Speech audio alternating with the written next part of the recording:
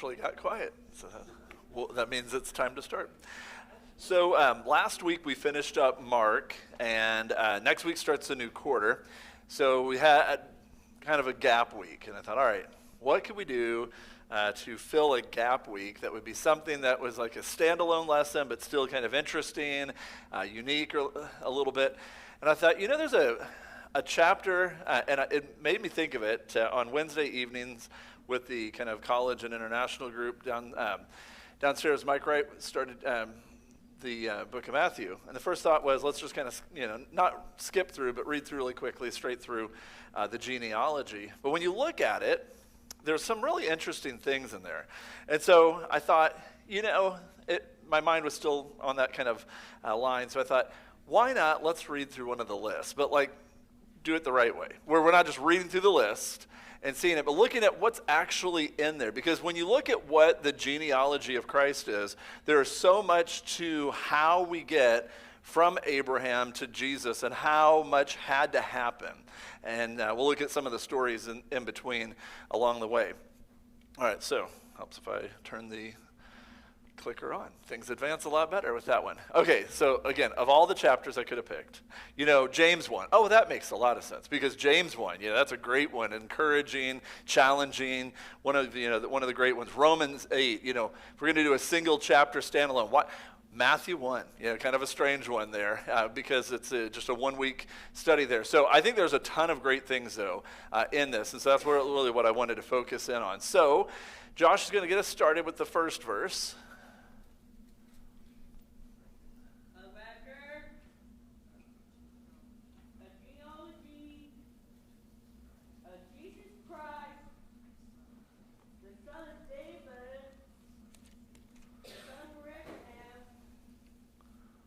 All right, so here's where we start out. Jesus the Messiah, son of David, son of Abraham. And already you can kind of see he's going to break this into 3 sections.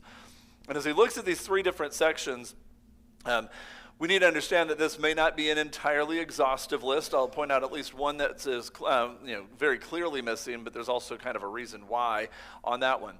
So we start off, Abraham was the father of Isaac. Isaac, the father of Jacob. Jacob, the father of Judah and his brothers.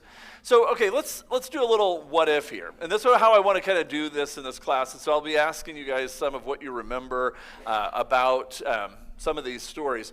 But let's just do this little what if. What would have happened if Abraham wasn't willing to leave the land of Ur? Remember, what was it that had him leave? What was the reasoning behind him leaving the land of Ur of the Chaldeans?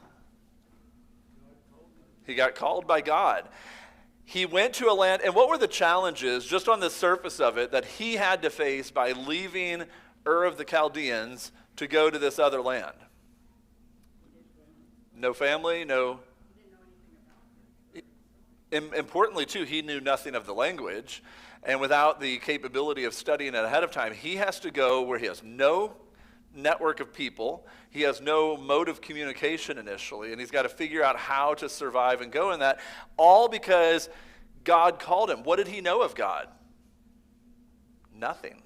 That was his first experience of God, was getting called to leave this land and go to another land. So, again, what would have happened? Well, what happens to the rest of this genealogy? It's tossed out the window, and God would have had to use a different route to make it happen. But God is wanting this to be the route, and you're going to see that along the way. So, anywhere along the way, somebody could have stopped their participation in this. God still would have worked it out, but it's important to understand that this is how God wanted it to be.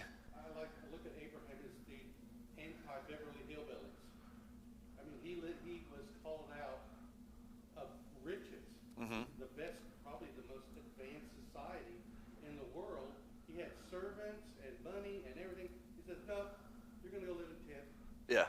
You're just going to travel around. You're never going to live anywhere. You're going to be traveling in tents all over this land that I'm going to show you that's going to be an inheritance, but not to you, not for another 400 years. Right.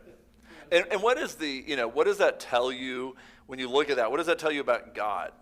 That how impressive must a calling of God that was tangible that way how life-changing that is. You know, that he's willing to go through all that to a God he had never heard of or met, that just by the encounter with God, he was willing to change his whole life there. All right, so as we go through these, think about all the what-ifs and the coincidences that aren't coincidences, but they fit into this whole genealogy as we go through there. So go to Jacob. Right? He's the next on the list. Well, 2 down on the list. The next one we're looking at. So how did Jacob end up with Joseph's mother? Because we're going to talk about Joseph, even though Joseph's not on this list, but you're going to see where I'm going to go with this one. So how did Jacob end up with Joseph's mother? Okay, that happened for a while, and then he comes back, but that's kind of the separation between him and his brother, which there's a lot we could study with Jacob. But what happened, Sandy? All right, so he goes to Laban's, and how long does he have to work for her? Initially 7 years, right? And then a little trickery happens on that one. So who was the one who changed the rules on him? Laban. Laban's like, no, here you have this daughter first. And then he could have stopped and been like, all right, 7 years worth of work. I'll settle for the one that I wasn't interested in. And he still took her as his wife because he had to in order to get to the wife he was going for. So his decision to work 7 more years, how does it affect this timeline? Well, it sounds like not directly, right? Because who's the son that we continue to go through? Judah, right? All right, but just this little sidetrack of Joseph is going to come into play here, because after that you have Joseph and Judah who are brothers. So what happened that made the brothers hate Joseph so much? The coat of many colors might have been the final straw. And you're right. But think about what really led up to the hate that was already in existence there. The dreams that he was going to be bowed down to. And all these dreams kept showing him as being better. Yeah. He was already a tattler on his brothers. He was not necessarily the one that the brothers just enjoyed being around in that sense. They kind of looked at him as that pesky young little brother who was, mom and dad's favorite. I mean, all the things that could be something negative about, he told on them. He got them in trouble. He goes out and he has these dreams that, hey, you guys are going to all bow down to me one day. So the end result is, Judah included, they decide they're going to sell him off into slavery, right? What was the one action that kept him alive after they leave him for dead? Do you remember how that happened? One brother. You remember which one? Reuben. Reuben said, okay, let's sell him instead. Had that not happened, then Judah's path forward probably going to change, because ultimately they're all going to, what would have happened had Joseph not ended up down there? So on this one, from the sale into slavery to the reunification with his brothers, what all happened that God kind of steered?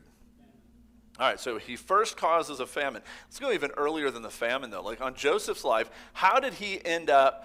So he ends up at whose home? Potiphar. How did he end up in prison? So Potiphar's wife accused him of an attempted rape. And so with that one, she grabs his tunic. He runs off. So now she's got the proof. He gets thrown into prison. And in prison, he just happens to meet 2 people who are very close to Pharaoh, one of which is a good person, the other one not so much. And so with that one, cupbearer is basically in a very tight relationship with Pharaoh.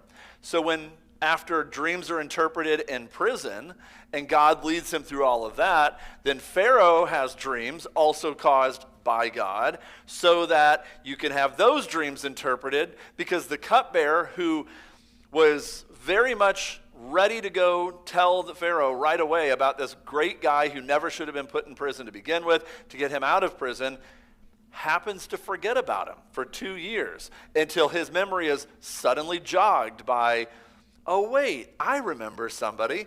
And then now he gets brought in. That's how Joseph ends up getting to be in front of Pharaoh. Had that not happened, what would have happened to Judah and his family? Very likely, because of the famine, they probably would have died.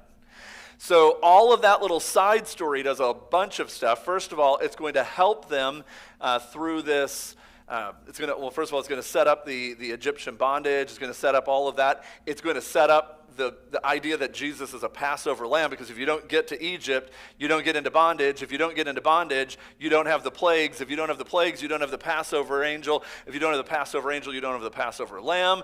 Jesus is the Passover lamb. All right, so all that just so we can keep Judah alive in this whole genealogy. You start thinking about God's really doing a lot, just even on the side stories, let alone the ones that are direct descendant on the line there. So we get to Judah. And then, and so Judah gets reunified, but what ultimately happens? They stay where? In Egypt, right? For a period of time. So they're going to be in Egypt for a while. All right. So Judah, the father of Perez and Zerah, whose mother was Tamar. We'll come back to that in just a second. Perez, the father of Hezron. Hezron, the father of Ram. Ram, the father of Amminadab. And Amminadab, the father of Nahshon. And Nahshon, the father of Salmon, or Salmon. I mean, it looks like salmon, but it was probably not pronounced the way we do. So we'll go with Salmon. All right, so Judah, the father of Perez and Zerah, whose mother was Tamar. So how did Tamar come into the picture? Do you remember this old story? This is a sordid story from back in the Old Testament. Anybody remember? Judah had a son who was not Perez and the twins, Perez and, I just blank on their names there, lost my place, and Zerah, that's right. So Perez and Zerah are actually children 3 and 4. So what happens to the first son? His name was E-R. Do you remember? That's Tamar's husband. See, Judah found Tamar as a husband for his son. And so Tamar is living with him. But dies because he does things that were wrong on the side of the Lord. He dies. So what was the job of Onan, who was the second brother? Yeah, so he is tasked by Judah. You need to now be with Tamar, have a child. He's like, well, that's not even going to be my child. It's basically going to be Er's child, and so he decides he wants to have the pleasure of still being with her without the responsibility. And so he constantly pretends as though they finish the act, but instead he just continues to basically use her that way. And because of that, he's put to death. And so instead now, rather than passing him on to additional children,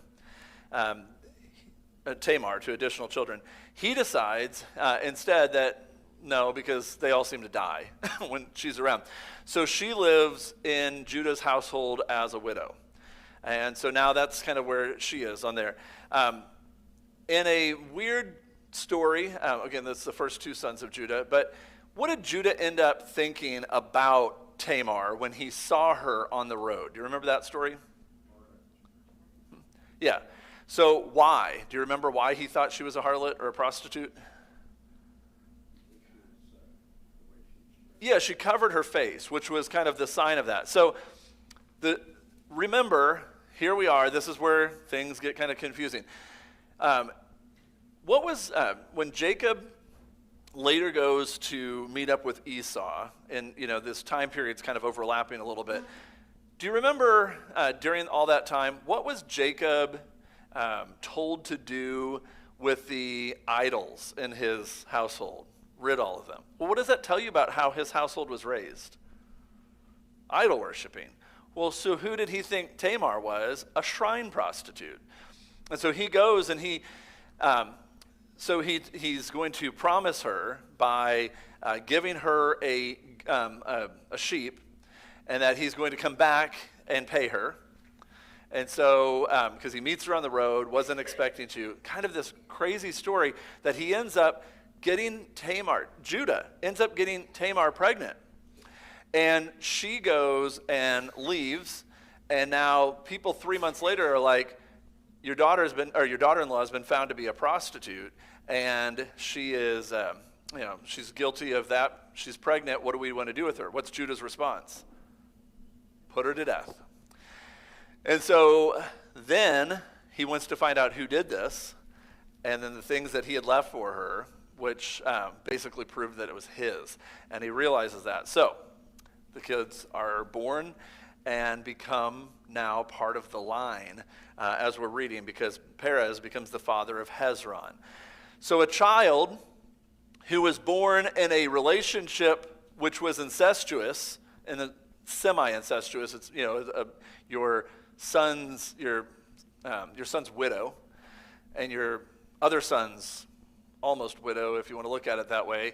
And now the father thinks she is a prostitute.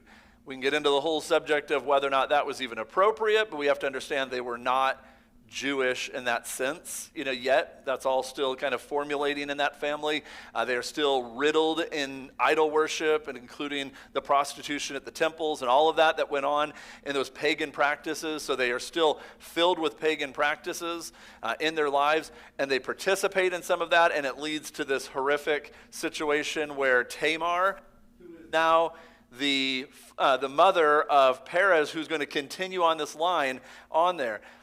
Do you find it strange that this is the kind of heritage we're at leading up to Christ? What does that tell us about the people that, that when it comes to Christ, what does it tell you about his family line, basically, and what it would tell us about us and perhaps whatever our family line might contain?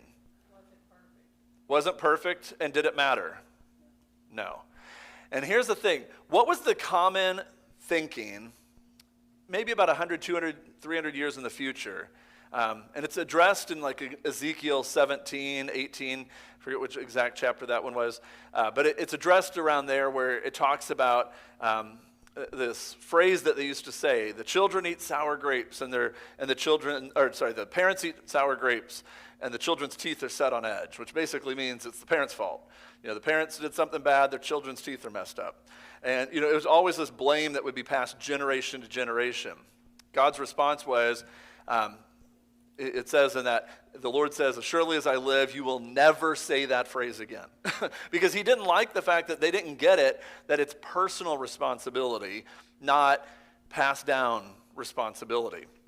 So, if Judah's in the wrong here, Tamar's in the wrong here, does that have any bearing on the perfection of Christ? Not at all.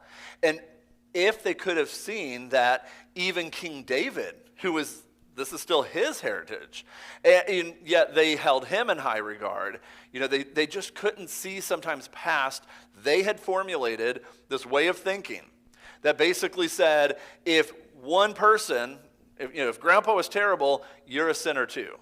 Kind of idea and that mindset. But instead, what we see here is God can work through all sorts of broken people to bring about his plan and his promise. And he can make a person out of a horrific family background into the kind of person he needs them to be. And that he doesn't need to have the cleanest, most perfect bloodline and pedigree and heritage to make his plan work. And I think that's important because, we're going to meet people all our lives whose background is messy, whose way of getting to where they are now, in one sense, could be labeled by people as shameful. But it's not in that sense of God still can fix broken people from broken families, from broken existence, and fix those. And so I think we see that happening even in the genealogy of Christ as well. All right, so we continue on. Salmon, the father of Boaz, whose mother was Rahab. Boaz, the father of Obed, whose mother was Ruth. Interesting, we have, 3 women that are going to be mentioned in the entire list here. And of that, we see, so far we've had a prostitute. What about Rahab? Prostitute. Ruth, not a prostitute, but a foreigner. So we have, still that coming in as well. Obed, the father of Jesse, and Jesse, the father of King David. Okay, so let's look at Rahab. How did this prostitute make it into the family tree? First of all, how did she make it into this? Where was she from? What city was she from? Jericho. Again, in this Canaanite group after the conquest, why wasn't she put to death with the rest of them? Yeah, so she hid the spies, saved them by throwing the scarlet, or she was saved by putting the scarlet cord out of her window. She was able to save anyone who was in her home at that time. And so when they came to attack and destroy Jericho and the walls came tumbling down, her house didn't. Even though she was built into the city walls, she was saved out of that because she was able to see that there was something special about these spies who were sent there, and that she could see that they had more protection. Whatever it was, God gave her the insight that if you fight against these, you'll die. And instead, she protected them. And by protecting the spies, she becomes part of the story. Now, who's her son? Boaz. What do we know about Boaz when we get to him? Kind of wealthy, right? He's done quite well for himself on there. So what's the relationship of Rahab to David? Great grandma. I don't know if you, I sometimes forget until you look at this genealogy and you study about Rahab and you get in this book of Ruth and you study about Ruth and all this. I start missing these connections without a genealogy in this timeline of it, that David's great grandma was a prostitute who saved the spies, who now doesn't it make sense of maybe why David was picked, to be that? So you start seeing that all happening there. Then we have Boaz. Boaz then meets up with Ruth. So again, unexpected people in this lineage. We get to Boaz, her son. He plays an important role in the story of Ruth. How did Ruth, the foreigner, end up in Israel? All right, so Naomi didn't want to take her, though, did she? Who was the other? Orpah. So Orpah and Ruth were the widows of Naomi's sons, and she herself was a widow. 3 widowed women in that society in Moab would have never survived. And so the only hope was to go back to her family. And she said, and you guys need to go back to your family. And she sent them away. Orpah does, nothing wrong with what she did. But Ruth was compelled to do something different. She was compelled to go back to Israel with Naomi. So she goes back with Naomi. And what are the things that happen that just happen to fall in place that bring Ruth and Boaz together?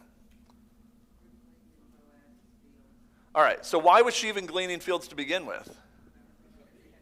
Right, so God had put a rule into place that said for the people who are poor, they can go behind those who are harvesting and glean what fell to the ground. So if you're harvesting and you drop some, you're not supposed to go back and pick it up. You let the people come in, the poor ones come in and gather that up. Well, they're in a poor situation. So she comes in, and Boaz looks at her, and again, there was a risk at going to do this. By her being out in the public, she could have had a lot of bad things happen to her. And so she puts her neck out there and says, I'm going to still do this because we got to eat. And so she goes to care for her and Naomi. And so she's showing her kindness for her. And in response to that, God has already worked this out so that she just happens to pick the field of the one guy who just happens to be in the family of Naomi, which again, how did Ruth and Naomi ever happen to come together? And of all the people in all of Moab, how was it that Naomi's now dead son just happened to marry Ruth? And she just happened to be the one who comes into the picture so that she comes back to Israel, even though she didn't have to. And she just happens to pick the right field, so that she just happens to be pretty enough that Boaz likes her from just looking at her and decides to be kind to her. And she just happens to present herself as, hey, I'm available. And the story kind of plays itself out in much more detail than all that. And he says, I want to marry her. And so right away he decides he's going to marry her. There's someone else who actually is more in line to be the guardian redeemer of the family, and he goes to that guy and he says, do you want to, or are you going to let me because I'm second in line, essentially? And so he kind of buys that out, and he has the right now to marry Ruth because that was just the way society worked then. And so God had it all set up so that it worked out this way. Ruth is now in the family, and on there, without those critical decisions, in any one of those, David's grandfather, Obed, wouldn't have been born. I'm sorry, yeah, So I think we said that Rahab was great-grandmother. I believe she would have been great-great-grandmother, because then that puts Ruth as great-grandmother. And then now grandfather Obed of David is born because Ruth and Boaz get married. And so now you have God continuing the story here, and then Obed, and then from there we get to Jesse and to King David. All right. So David was the father of Solomon, whose mother had been Uriah's wife. Not mentioned by name in this list, but instead mentioned more of what led to the issue that came up there. Solomon, the father of Rehoboam. Rehoboam, the father of Abijah. Abijah, the father of Asa. So let's go to David and Solomon. All right, so we know that we've gotten now to the kingdom. David is the second king, right? Who's the first one? Saul. David had many, many opportunities to mess that up. But he always said, far be it from me to raise a hand against God's anointed one. And he would not take Saul's life. He waits it out, runs off, hides in caves. He does everything to avoid the murderous plots of Saul for chapter after chapter after chapter in 1 Samuel. We see that played out. And he ends up in a situation where now he is the king over Israel. Then there's a war, which was not uncommon. There was a season when the kings went out to war. And so I always find that interesting. It's like there's fall, winter, spring, then there's war. It's just like one of their seasons. And they went out all the time, and they would war with one another, and they would they kept reestablishing borders and things like that. So with that, there was one of the very high-ranking soldiers. He's not just a random one, but a very upstanding man named Uriah. He's a Hittite. And so he has, living in Jerusalem, he has his wife, Bathsheba, leaves her behind as the practice would be when he goes off to war. And David sees her, right? And David decides, I want her, and has her. She gets pregnant. To try to fix the situation, he brings Uriah back from war and says, go be with your wife, so that he'll think it's his. And so by doing that, Uriah's like, no, that's not right. Like, that's not how we do war. Like, I'm not supposed to do that. So he refuses. And so David's like, well, there goes that. So the only one who would now know that it's David's is Uriah. So Uriah's got to die. That's David's, figure out, like, he's got to get this, this problem out of the way. And so what was the punishment for that decision that was akin to murder? How was it that played itself out? All right, say that again. Okay, now that was, you're right. I think I forgot that's how that question. You are correct. I meant to ask a different question first. So I'm like, wait a minute, you're getting ahead of me. That's because that's what that says up there. What was, good answer to the question I wasn't quite ready to ask. Sorry, that was my fault. What was it that was the part that was akin to murder? Like, what was it that really that caused him to die? He puts him to the front, and then he tells everyone else to withdraw and leave him out there. I mean, that is murder. There is no way you can't do that and just be like, if we all withdraw, he can't defend himself against an army. He's going to die. And you have to know that other people think, why were we doing this to Uriah? What was it about him? I don't think he was a guy who was viewed negatively. He was an upstanding, clearly good soldier, because he wouldn't even break the rule. Even when he had an opportunity, they're off at war. He could have been with his wife, but that wasn't allowed. And so he's like, oh, I'm not going to do that. I'm not supposed to do that. And so yet David has him put to death. Yeah. I just find the character of Uriah to be the outstanding one in this situation. Yeah. Whereas you'd think it would be David, because David brought on all the king becomes king. David's the one that in the lineage of Christ. But yet it's Uriah that upholds the standard. You're not supposed to have sex and go back into battle. Right. You're not supposed to. You're supposed to show allegiance to your past. Right. And yet he's not the one that's punished. He's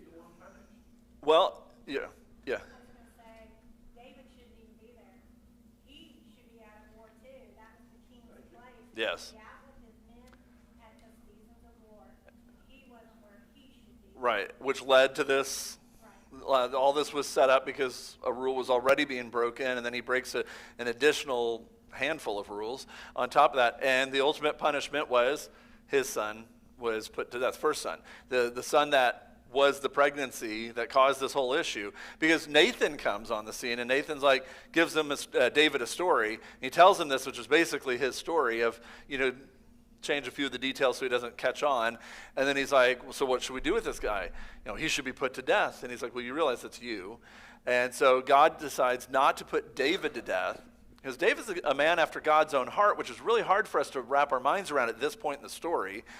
But he is. And so much of our beautiful praising of God in the book of Psalms is done by him, but yet he has some baggage with that, and God, again, can work through broken people. And so he punishes him by that son at 7 years old dies, 7 days old dies.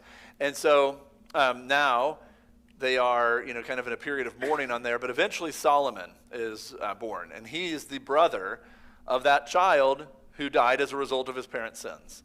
And so we have that in this lineage, not directly, but indirectly, because Solomon's the second son. And so, And Solomon isn't even the oldest son. right. The oldest son, another guy that's a good character, stands up for David before while Saul's alive. He stands up against his father, his brown prince. Yeah. And yet, what happens? He dies, and yet the guy whose character is flawed, shows him the king. Well, in the early part of David's family, there was so much turmoil that you have Absalom going against trying to dethrone David. You've got the other kids. So there was a lot of problems with even the other kids. This is the second child, though, by Bathsheba, though. So, because that's the lineage we're going to follow there. You're right, though, that whole family dynamic is, it does show you that when you let sin in, sin can blossom into a huge volume of problems. And David's family is a good example of that. Ultimately, he gets his life on track, and he does. His early days showed his character. His middle kind of time period showed his weakness and his, I'd say even his mistakes and his falling into temptation. And then his later years, he really gets back into an upstanding man after God's own heart kind of thing. So we just have a period of time in the middle where he makes quite a few mistakes. Hey, Matt, Yeah. this is something I've kind of pondered a little bit. I believe that David and Uriah are both going to heaven, but I was just thinking, what are they going to do? Yeah. Here's the thing. Interesting thing. I think I've got maybe an answer for you. If we don't recognize people the same way we did, do you think you could harbor bad feelings in the presence of God? Probably not. They're going to have a good time together, just the way all of us will have a good time with people that we're not necessarily always on good terms with here on earth, because all those are earthly problems. But does bring up an interesting thought, doesn't it? They're going to be living together forever. If that's, and there's going to be a lot of those situations that, God's forgiven people, a murderer who gets forgiven on death row, the murdered person meets back. I mean, what would you do there, but I think we're putting earthly expectations on heaven at that point. And I think that's one of the things that, you hear a lot of people like, when I get to heaven, that's the first question I'm going to ask. No, you're not. First thing you're going to do is praise God. And the second thing you're going to do is praise God. And the next day, which isn't even a day because they're all the same, runs around, you're going to be praising God. Because that's what heaven is. It's not worrying about, well, what about this? What about this? How'd you do this one? I don't think we're there asking questions. I think we're there seeing God, and it all's making sense, at that point. That's No waiting line for Paul? maybe not. So there. What did you mean by when you said I know, maybe there'll be an explanation. There's on Thursdays. Yeah, I don't know. I have no idea. All right, so we were looking at this list already. I put it up there twice. All right, so let's go on. Hezekiah, the father of Manasseh, which, by the way, I think now that I look at it, I think what I did was I did not copy the right name. So before we get to Hezekiah, we were up to Asa. Asa was the father of Jehoshaphat. Jehoshaphat, the father of Jehoram. Jehoram, the father of Uzziah. Uzziah, the father of Jotham. Jotham, the father of Ahaz. And Ahaz, the father of Hezekiah. That list, if you're looking at, that was verses 8 and 9. What do you notice about a lot of these? Which, by the way, once we get to David, we're in the line of kings, right? Because these are the lines from Solomon on down. We're in the line of kings. What do we know about those kings? Most of them were pretty bad. And so, the majority of them didn't do what they were supposed to. And then we get to, it helps if I go forward. Then we get to the next list, which is Hezekiah, the father of Manasseh. Manasseh, the father of Ammon. Ammon, the father of Josiah. And Josiah, the father of Jeconiah and his brothers at the time of the exile to Babylon.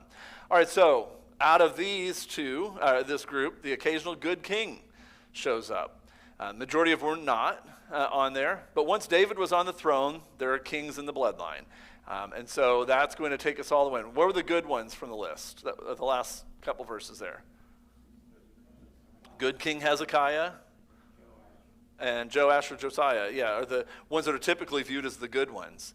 What did Josiah do that was viewed as kind of a big step forward in hopefully getting Israel back on track? Remember what he stumbled upon? Well, he didn't, but his chief priest?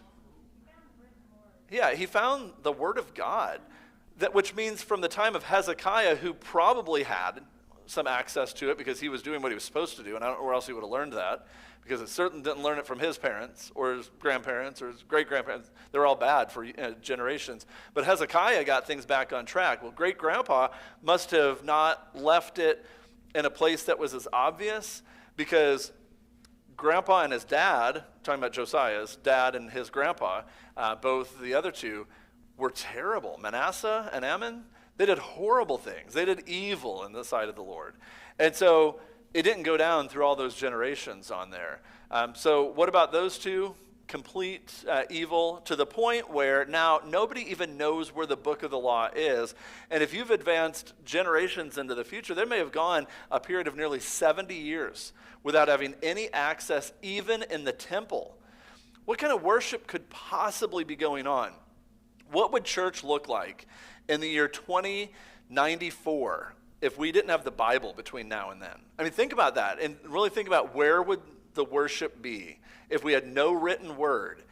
It's nowhere near where it needs to be. It's going to be all driven by societal pushes and everything else. So when Josiah stumbles across that and brings back this semblance of what should happen, everything's going to be great from then on, right? Well, no, it's still it's still Judah, so there's still that problem, right? And so they're still going to have issues on this one. So, but again, what does this tell us about our own bloodline and whether or not God can work with us? Well, this is very much one generation to the next. Hezekiah, his goodness, does it fix Manasseh? No. There's no guarantee, as much as we'd love to say that there is, there's no guarantee that doing the right things guarantees the next generation will be faithful. Doesn't Manasseh change his ways at the end? Did he at the end on that one? I'm trying to make sure that he did change. So he's the one. So then, okay, so he did, but then did Ammon? No. So I'm still trying to figure out how Josiah and H.A. got together to do what he did. that is an amazing story in and of itself, because usually, power corrupts, and to be raised in a situation where essentially, think about this, how many child actors have we seen keep a really good life going? When you're like thrown into that kind of adult life, basically, at a child's age, that's what Josiah had, and yet somehow he comes out upstanding. And it's not like he had good parents that were, his father was ideal. Right. Yet he became such a good guy or something. Yeah, you're right on that. Yeah. Well, we also have to remember that man lived a lot longer back then, and they would have overlapped each other.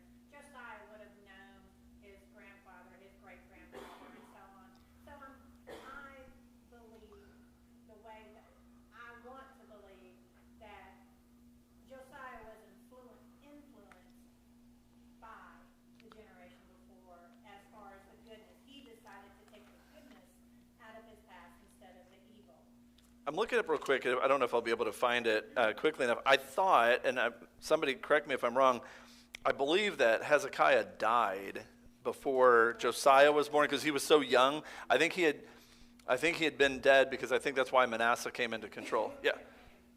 Manasseh was the longest serving king of Judah and the worst king of Judah.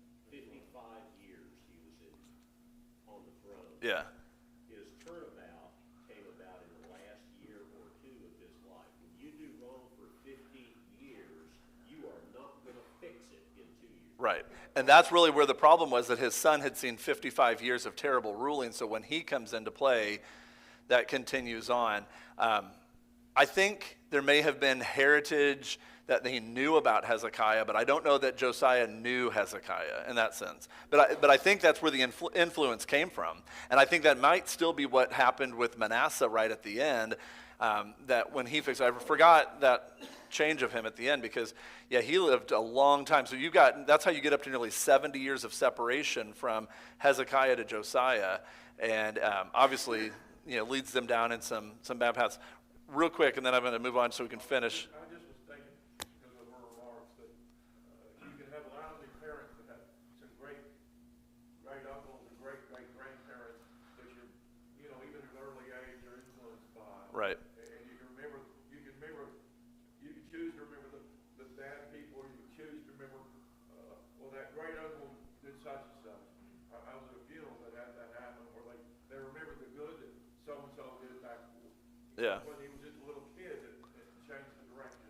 And you can also look back and see with these that, again, it goes back to that Jewish mindedness was telling everybody, if you did wrong, your kids paid the price. But Josiah did not pay the price for what Ammon did. Josiah did good. And it all comes down to that personal responsibility. So then we get into exile. And after the exile to Babylon, Jeconiah was the father of Shealtiel. All right, we skipped somebody here, and we're going to come back to that. Shealtiel was the father of Zerubbabel. Zerubbabel, the father of Abihud, which I didn't even go into Zerubbabel because we were going to run out of time. But, he was part of the rebuilding and kind of a lot of that took place when they were reestablishing control over back in the Promised Land. Abihud, the father of Eliakim. Eliakim, the father of Azor. So Jeconiah, who's Jeconiah? Well, in the other passages, we know Jeconiah in the Old Testament as Jehoiachin. So Jehoiachin and Jeconiah, that's the same person. It's in just written through translations, New Testament, Old Testament, a little differently. So again, that was his Old Testament name that we would know him by. He was not the son of Josiah, even though it says Josiah was the father of. He was the grandson. So on this, we've skipped a generation. So what happens to lead the exile? Well, you have Jehoiakim, who is the one who is a puppet king put in place by Egypt. And God said, don't go making deals with Egypt. Instead, I want you to make a deal with Nebuchadnezzar.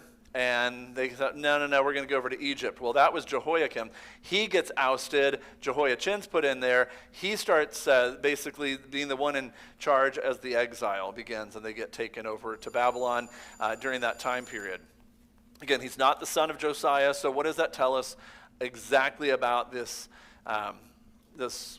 genealogy in the list? Is there a significance that there's a skipped generation, and maybe there's others that are skipped, but is there a significance? No, because what we do know is there was 14 generations from Abraham to David. And whether or not Matthew decides to use that as a literary structure, he also says, he goes from 14. If the exact number of everyone was included, you have 14 from Abraham to David. You've got 14 from David to Josiah. And then you have the exile. And he's like, let's not even worry about Jehoiakim because he messes up anyway. So then he picks back up at Jehoiachin and gives us 14 generations to get to Jesus. He may have just done that as like those 3 sections that he was putting in there. And then we get back onto that list. And Azor, the father of Zadok. Zadok, the father of Achim. Achim, the father of Elihud. Elihud, the father of Eleazar. Eleazar, the father of Mathan. Mathan, the father of Jacob. And Jacob, the father of Joseph, the husband of Mary, and Mary was the mother of Jesus, who is called the Messiah.